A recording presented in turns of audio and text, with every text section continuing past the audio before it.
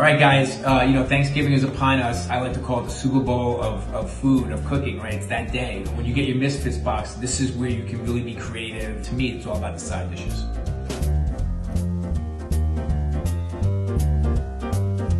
All right, I think it's important to have a nice sort of hearty salad for Thanksgiving as well. Obviously, kale has taken over the world. We have some black kale or dinosaur kale here. Lovely. I mean, the thing about this is you just want to take the stem off the kale, and then you can chop it up very finely and use it for a salad. And so like when I look at the ingredients in front of me and I want like a Thanksgiving style salad, I'm thinking like kale, roast some of these beets and slice them very thinly, add some goat's cheese to that as well. You know what's really cool is you can take some of these sweet potato chips, as opposed to creating croutons or making croutons. Take some of the sweet potato chips and just crumple them up in your fingers and sprinkle them on top of the salad right before you serve it, so you get that crunchiness. And they're sweet potatoes, I mean, they're good for you as well.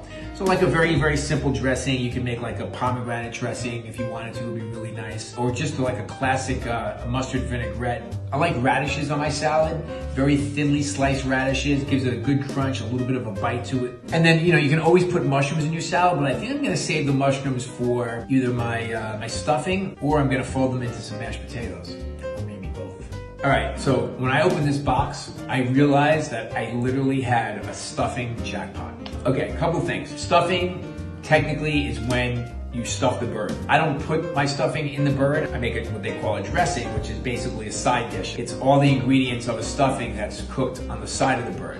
I like it better. I can get a really nice crust on top of it as well. So here's what we have.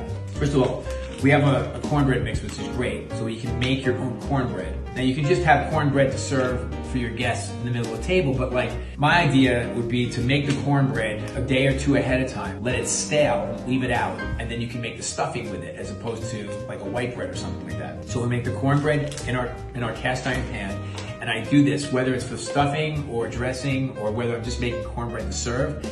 I always make it in a cast iron pan. I heat the cast iron pan up first, and then I put the batter in the cast iron pan, and it gets this really great crust on the outside. That's really key. So we're gonna make the cornbread stuffing first, a couple of days ahead of time. Just get that out of the way. And then look, we have celery, we have these carrots, onions. All these ingredients have to go into your stuffing. I'm also gonna probably add some other flavors to it. You could just make it sort of classic flavors. I'm gonna saute those and fold them into the stuffing as well. I'm just telling you right now, this produce is all beautiful. Here is one of the keys to a successful Thanksgiving: chicken stock or chicken broth. You need a lot of it. And the reason why you need a lot of it is because it goes in everything. It goes in your gravy, into your stuffing. And then also you want some warm chicken stock on your stove, so that when your turkey is carved and your guests are late, or you haven't served it yet and it's starting to get cold, you take some of that warm chicken broth and just ladle it right on top of the turkey. You ladle it right on top of your stuffing or your dressing, and it brings it right back to life. Key to Thanksgiving: chicken broth.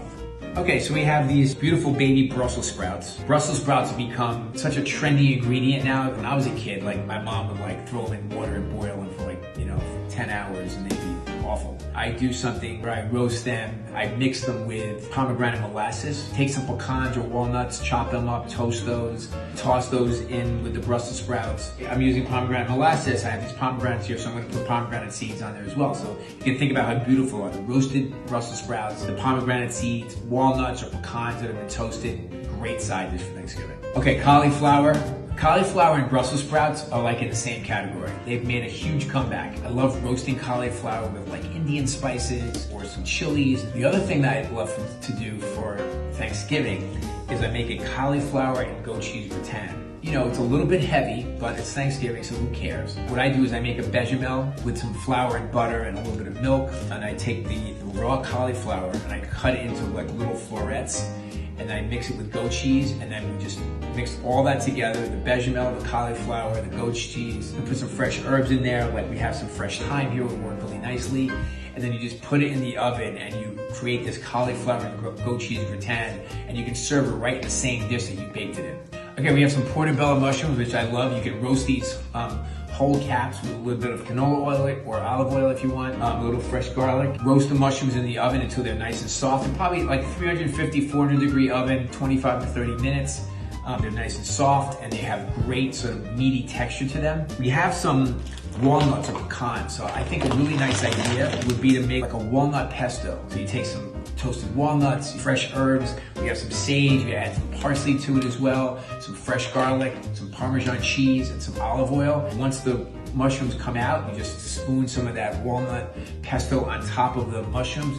Great side dish for Thanksgiving. Look, here's the thing. We can come up with really cool, modern side dishes, but like you have to have mashed potatoes. I mean, my father would not allow Thanksgiving to occur without mashed potatoes. So I'm gonna use these russet potatoes. I'm gonna take the skin off. You can leave the skin on if you want to, but I think for this, we want the skin off. If you wanna make potato skins with them later, like fry them up in some canola oil, you can put those on top for a little crispiness if you'd like. We're trying to use every inch of this incredible produce. If you wanna use the skins, you can certainly do that as well. I'm going to boil the potatoes in some water, some salted water, and I'm gonna add some butter and some cream, and I'm gonna take these mushrooms. We have some shiitake mushrooms here.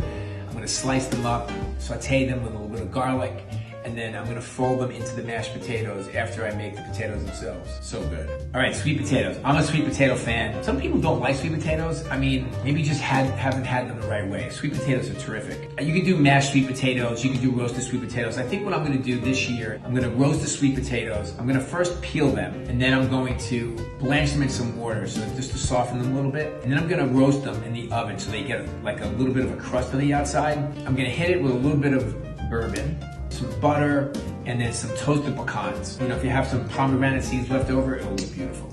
We have these beautiful little d'Anjou pears. I love the fact that these are small because you can make an individual dessert for Thanksgiving. What you do is you peel them, cut them in half, take the seeds out, and you can poach them like in mulled red wine. So like red wine, a little bit of honey, you put some of those autumnal spices in there, you know, some cinnamon stick, cloves, something like that, and let them poach in the red wine so that the pear will get soft and also will pick up a ton of that really fantastic flavor. What I like to do is, because these are tiny and beautiful and individual, what might be nice is like, I like the idea of chocolate and red wine and pears together.